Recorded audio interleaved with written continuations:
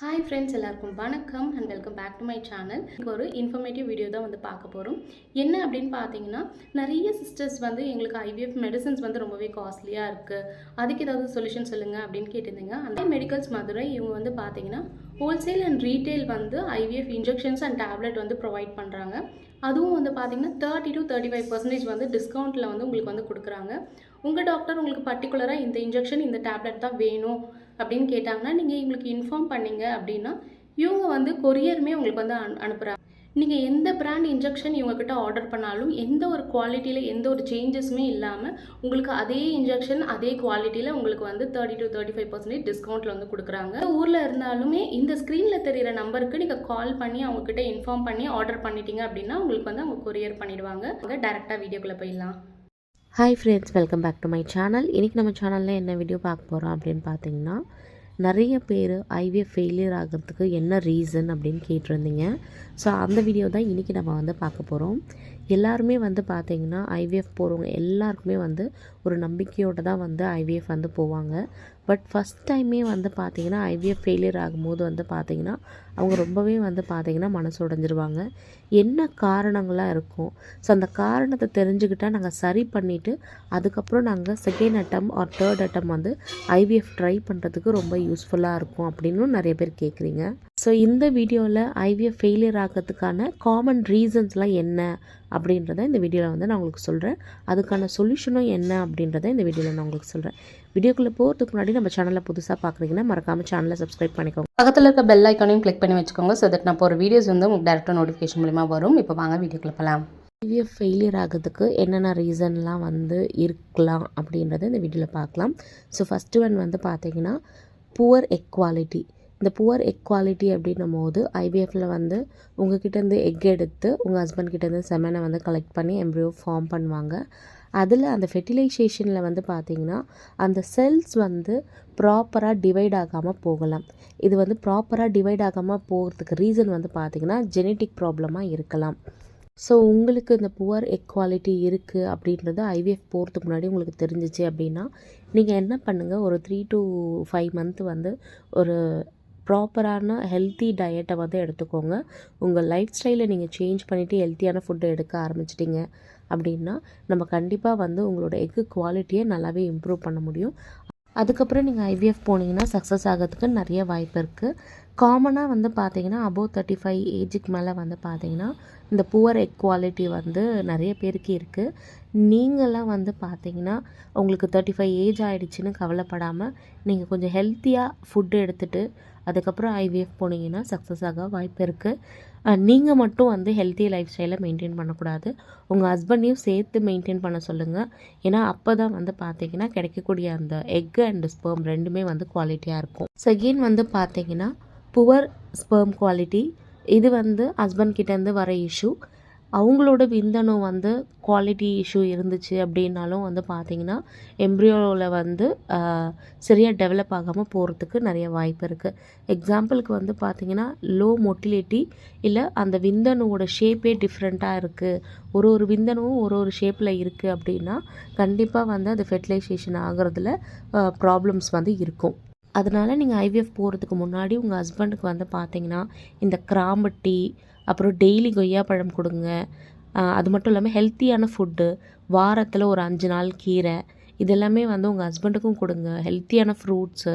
So அவங்களுக்கும் என்ன பண்ணுங்கள், வாரத்தில் 2 நாள் தலைக்கு உடம்புக்கெல்லாம் எண்ணெய் தேய்ச்சிட்டு வெயிலில் வெயில்னால் அந்த 7:30 to ஒரு 11 o'clock வரக்கூடிய அந்த வெயிலில் ஒரு 30 minutes இருந்தாங்கன்னா போதும், விட்டமின் டி நல்லாவே அவங்களுக்கு கிடைக்கும்.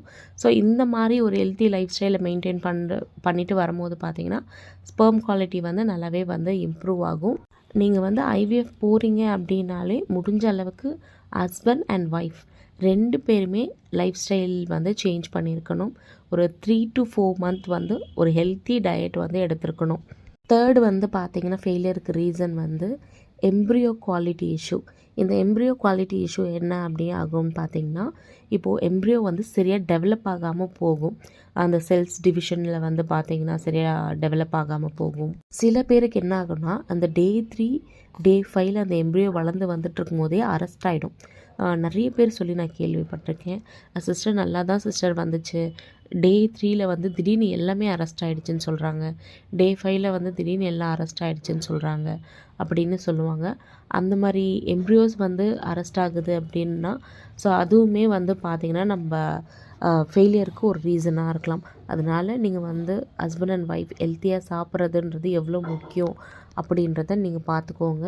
நம்மளுக்கு ஏஜ் ஆக ஆக பார்த்தீங்கன்னா எக்கோட அந்த குவாலிட்டியும் அண்ட் ஸ்பெர்மோட அந்த குவாலிட்டியுமே வந்து பார்த்திங்கன்னா குறைய ஆரம்பிக்கும். அதுவும் அபோவ் 35க்கு மேலே போகுது அப்படின்னும் போது குறைய ஆரம்பிக்கும். ஸோ அந்த டைமில் நீங்கள் வந்து ஹெல்த்தியாக வந்து உங்களோட லைஃப் ஸ்டைலை வந்து சேஞ்ச் பண்ணி வச்சுக்கிறது ரொம்ப ரொம்ப முக்கியன்றதை தெரிஞ்சுக்கோங்க. 4th ரீசன் வந்து பார்த்திங்கன்னா இம்ப்ளான்டேஷன் ஃபெயிலியர். இது வந்து நிறைய டாக்டர்ஸ் சொல்லி நிறைய பேர் நீங்கள் கேட்டிருப்பீங்க. ஐவிஎஃப் ஏன் சக்ஸஸ் ஆகலை அப்படின்னு கேட்கும்போது இம்ப்ளான்டேஷன் ஃபெயிலியர் ரீசனாக இருக்கலாம்னு சொல்லுவாங்க. இது எதனால் அப்படின்னு பார்த்தீங்கன்னா உங்களுக்கு ஐவிஎஃப் வந்து பண்ணிட்டாங்க, எம்ப்ரியோ வந்து கர்ப்பப்பையில் வச்சுட்டாங்க. ஆனால் அந்த எம்ப்ரியோ வந்து கர்ப்பப்பையில் ஒட்டி வளரலை. ஸோ அது வந்து ஒட்டி வளரலைனாவே இம்ப்ளான்டேஷன் ஃபெயிலியர். எதனால் அது ஒட்டி வளரலை அப்படின்னு பார்த்தீங்கன்னா மேபி உங்களுக்கு தின் எண்டோமெட்ரியமாக இருக்கலாம். அப்படி இல்லைன்னா கர்ப்பப்பையில் பிளட் ஃப்ளோ வந்து சரியாக இல்லாமல் போயிருக்கலாம்.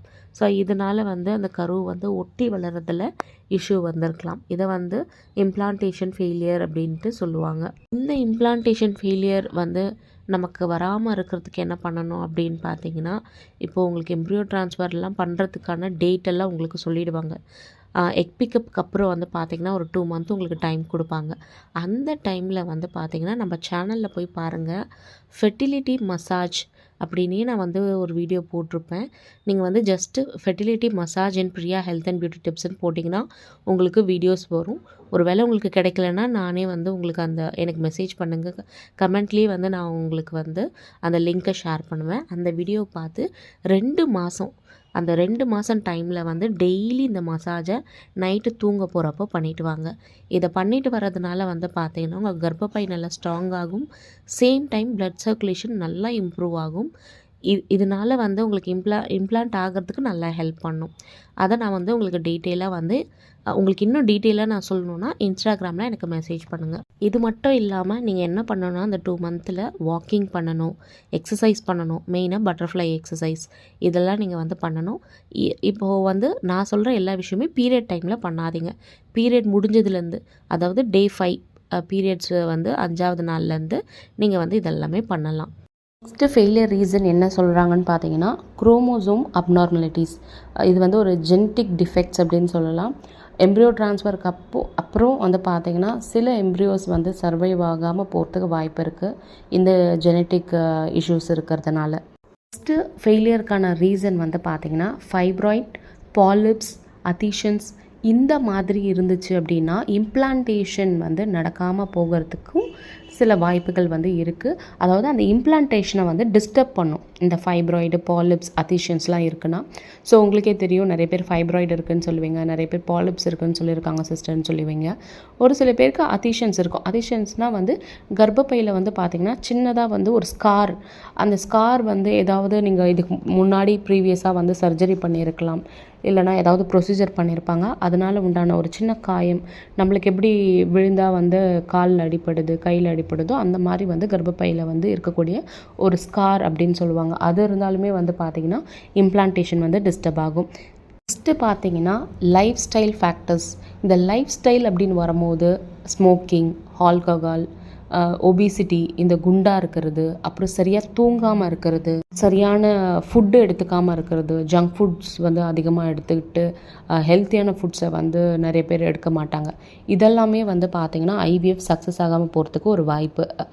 அதே மாதிரி ஸ்லீப், நான் வந்து சொன்னேன் சரியாக தூங்குறது இல்லை, ஸ்ட்ரெஸ்ஸு, இதெல்லாமே வந்து ஐவிஎஃப் ஃபெயிலியருக்கு ஒரு ரீசன்.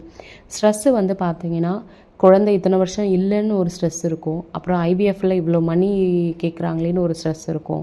இவ்வளோ மெடிசன்ஸ் இருக்குது, இவ்வளோ இன்ஜெக்ஷன்ஸ் இருக்குது அப்படின்ற ஒரு ஸ்ட்ரெஸ் இருக்கும்.